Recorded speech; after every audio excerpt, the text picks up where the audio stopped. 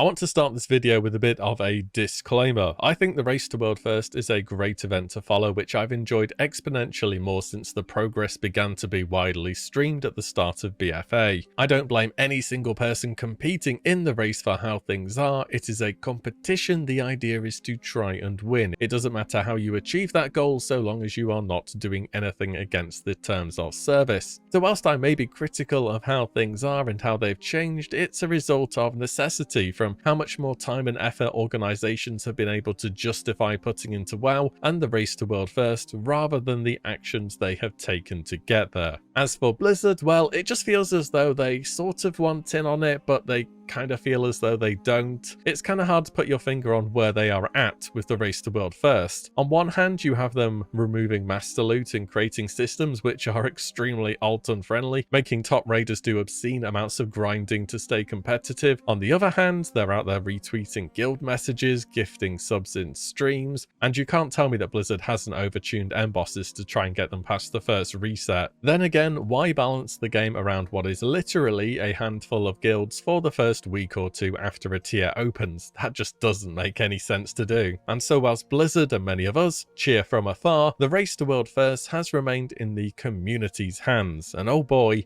has it changed. Today I want to take a look at the race, what goes into it, and how in some ways it's gone a little bit off course in my opinion. Before we do though, I have a video coming out soon, TM, on the World First race all the way from vanilla to today. It's going to be one of the longest videos I've ever done and I'm really happy with it so far. So if you like this and that idea and don't want to miss out, make sure to drop a sub on the channel. That'd be great. But let's get into it. Time has always been a big part of MMORPGs, and for those competing at the top level, this has always been a key factor. For many expansions, the only real barrier to entry for content on an alt was just the gearing, the tier set bonuses, and at times reputations. Then we added the legendary gem, and later the cloak in Mists of Pandaria, the ring in Warlords of Draenor, and then Legion happened. Legion was the turning point where the time investment absolutely shot through the roof. It was now gearing your artifact weapon level, clearing the entire map of daily content for artifact power and reputation, and of course your legendary, which back at the start of Legion was totally random. Some were so powerful they were best in slot forever, and others were disappointing. Now, whilst the first raid tier in Legion, Emerald Nightmare Mythic, never merited this level of preparation and to this day remains one of the fastest cleared raids ever, it did not stop top players from investing time into creating multiple of the same class to try and fish for best in slot Legos, or to sit inside Maw of Souls for days upon end to grind their artifact weapon. These were just things that made sense to do. In Battle for Azeroth, they added the Heart of Azeroth, gearing, artifact armor dailies, weeklies, essences, and finally corruptions. Corruptions in particular really began to skew the line of how good is this item actually compared to its gear score. Guilds have begun brandishing sometimes their literal real-life wallets for the big ticket items, and were using their social media platforms to signal boost this message. These two things really started to become noticeable here. They had been going on for some time though, more on that later. Now to today in the Shadowlands, it's all about covenants, regrinding to 80, getting the best gear, and for the first time we have the not very good combination of no master loot and tier sets. You could have grinded that character up to a point where they are mythic ready day one and they just get bad RNG and get a 0 tier. That can absolutely make a difference in a min-max setting because the tier bonuses in the Sepulchre are very powerful. So what do? Regrind a second class to 80 renown for a chance at tier next time? It's not a side of the game the average player will ever see, or frankly should ever see, because I can't imagine it's fun at all. It's not about the fun though, surely, it's about winning. And more importantly, there has become more financial incentives to keep these guys in front of the cameras and playing. And looking back for much of the Race to World First history, it wasn't this huge sponsor-led event. There was no live coverage and guilds actively avoided sharing anything about encounters as much as they could. It was 24 guys who were either for the most part uni students who seemingly had infinite time, or who had taken a week off work for the event. Races would be affected by your boss calling you in. Can you imagine that happening to somebody in Limit or Echo right now? And some of the top guilds have really changed into organizations. Limit were recently picked up by long-standing esport org Liquid. Echo are largely ex-Method members. The Race to World First event for these guys must be like being Santa in a a mall at Christmas or a flower shop around Valentine's Day. Suffice to say, win or lose, there are 2 to 4 weeks per year where all eyes are on them, and they must do well. And organizations fit into the downtime between this by securing sponsors and giving players a reason to be able to keep streaming, whether it's a random day logging in doing Mythic Plus keys for fun or the last week of preparation for the race. To this end, players in the big org should always have the best prep, as they simply can play more and that will end up showing in the results. And what are they spending more time doing than absolutely anything else? Alts, alts, alts. Much like time investment, it's always been a part of world first raiding as well, but alts have become more and more important as Blizzard have increased the RNG from endgame grinds for the best gear. The removal of master loot in BFA compounded this problem enormously. Suddenly, you don't get to decide what class you want to gear up, the RNG loot gods do it for you. This may have been in part Blizzard's attempt to stop guilds from split raiding, which I also get the impression they aren't the biggest fan of. Split raiding, just for a quick explanation, is forming a raid with some characters that are designated for main raids and then alts who are just there to help clear. The idea is to funnel as much gear as possible to the main raid characters, so when the race happens, they are ready. Without master loot, how does that work now? Well, they stack armor types instead, as they are tradable for a period of time. Top guilds will have one raid with a leather class stack and then a second with mail, and so on and so forth. This is where guilds have started to bring in viewers to help them, and paying a lot of gold for their drops as well.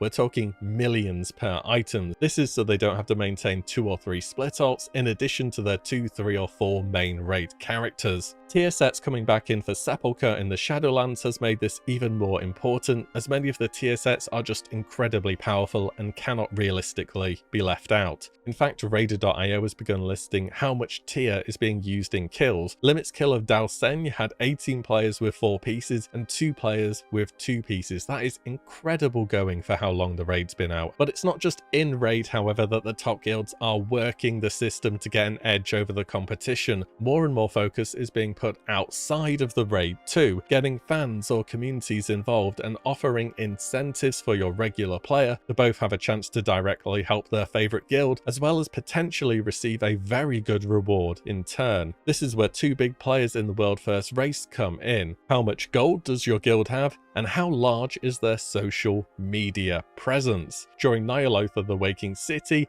Limit spent 257 million gold total on consumables and BOEs. Remember, corruptions being kind of OP, the perfect item roll would be worth so much gold to them. Surprisingly, moving into Shadowlands, Castle Nathria set them back even more. A total of 331 million gold was spent by Limit in that tier. Not a bad bit of change there. What about the next tier, the Sanctum of Domination? How much do you think it cost the guild that got the world first achievement? Have a think about it for a moment.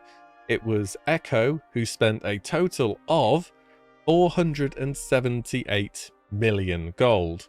That's nearly $500 million to get the world first race in the last tier. And Sepulchre, with its return of tier set, surely must see north of 500 million spent, but we will see once it's all over. So in short, gold matters quite a bit, but you need to get the message out there.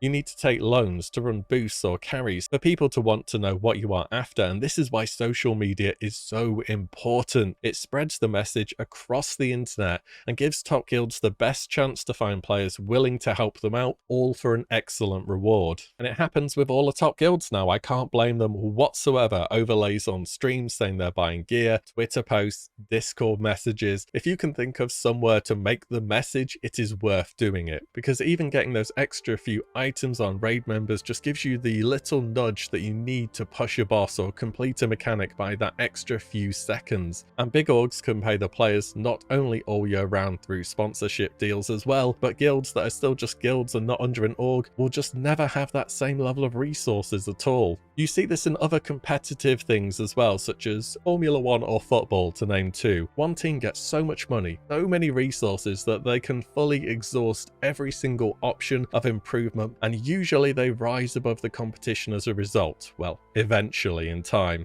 Money certainly helps. both in-game and out. So is this whole system just pay to win then? Well, it's more like pay to compete at the highest level whilst giving yourself the best chance to have a positive outcome from both a player and class perspective. At this point, I'm not sure how any non-org based guild can genuinely put a challenge up for Echo or Liquid in just how far ahead they are. Let me get the stats up again for the gold spending. And if we talk about the last few tiers, Echo and Liquid were about 5 days ahead of the third place in Castle Nathria. Echo and Liquid were nearly a full day ahead of the third place in the Sanctum of Domination, though it was a close race overall, and first and second were only 1.5 hours apart. There's a clear divide between the top two and the rest. I suppose this has always kind of been the case. There's usually been one guild which is just very clearly better than everybody else in WoW. There is a finite number of players after all. So should anything change? Should Blizzard get involved to make it a more fair and equitable race? Well, they've always been quite hands-off with the race to world first. They've left it up to the players to compete and decide exactly how they want to do things. We still don't have a global release. In retail, there is actually a global release in Classic. I think they would have changed to a global release in retail a long time ago if they were really taking this seriously. They could template gear and cap items you get at a certain level for week 1. They used to have an attempt system back in Wrath of the Lich King where you could only try a heroic raid 50 times per week total. Imagine how much split raiding that would bring into the game. They could make the end boss of the new raid actually worth killing for real. As I'm doing this video, no guilds have done Jail Heroic because the loot isn't worth it. They brought back tier sets and didn't put the tier sets on the end boss. Guilds are progressing mythic content without having done the last boss on heroic. How is this a thing? Why don't you just put a token on the jailer you can exchange for any piece of tier? But overall, it probably is the best that they do remain hands-off. Leave it to the players to decide how best to game the system, because they will. Whatever Blizzard do, it will always be a back and forth with the top players. And again, they can hardly make the game specifically for the top 0.1%. And the community has grown it into what it is, from the days of secrecy, refreshing armories and WoW progress, all the way to events being streamed live at the start of BFA, later with comms. It's grown a lot, that's for sure. At the same time, it's lost a bit too. The hoops that players have to jump through to truly remain competitive is just excessive. And selfishly, as a viewer, I just want to see the mythic progress, not split run number 16 of the week, or all these convoluted systems they have to deal with. It feels like, despite the event having begun, it hasn't really started yet because the guilds don't have the ideal gearing they want from what is currently possible. I want to see the progression, the comps, the mechanics, getting closer to kills side by side, and just a good race overall, if that makes sense. Again, as started with, I understand they need to do what is needed, but I just wanted to air some thoughts on the race, how it's changed, and why. Let me know your thoughts on it all, whether you agree or not, and how you find the race to world first as a classic player or otherwise. As always, thank you all so much for watching and listening in, and I shall see you all on the next one very soon.